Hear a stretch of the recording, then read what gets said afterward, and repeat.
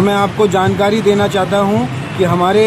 विधायक श्री आशीष सूद जी जिस क्षेत्र के विधायक हैं उस जगह एक जल बोर्ड का बहुत बड़ा गड्ढा था और वहां पर स्वर्गीय कमल ध्यानी का देहांत हुआ। 5 और 6 फरवरी की मध्य रात्रि में वो घर जा रहे थे और 11:45 के आसपास उन्होंने अपने घर पे फ़ोन करा कि मैं जल्द पहुंचूंगा, लेकिन वो जल्द नहीं पहुंच पाए क्योंकि उस गहरे गड्ढे में उनकी बाइक के साथ उनका दुर्घटना से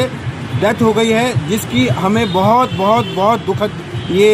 वो है, हमारे को मतलब फील हो रहा है कि ये घटना नहीं घटनी चाहिए थी। दिल्ली में जिस तरह से आए दिन कुछ न कुछ घटता है, लेकिन ये बहुत ही एक परिवार के लिए छोटी आयु में घटी हुई घटना है।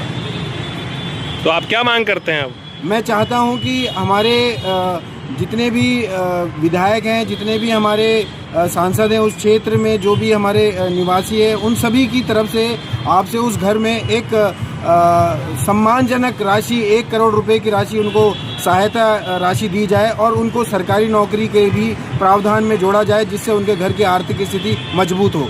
तो आप यहाँ आज प्रवेश साहिब सिंह वर्मा जी के यहाँ ज्ञापन देने आए हैं, तो उसके बारे में बताएं, क्या कहना चाहते हैं? जी, माननीय प्रवेश साहिब सिंह वर्मा जी जो हमारे कैबिनेट मंत्री हैं, मैं उनसे निवेदन करना चाहता हूं कि वो उस परिवार के साथ एक तरह से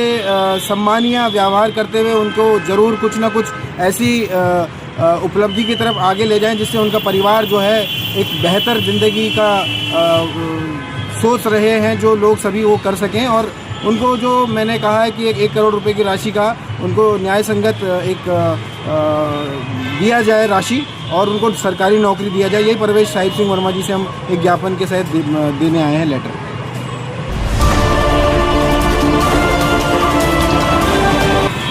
देश की राजधानी दिल्ली से लाइव मीडिया टुडे के लिए मैं राजेश पंडित।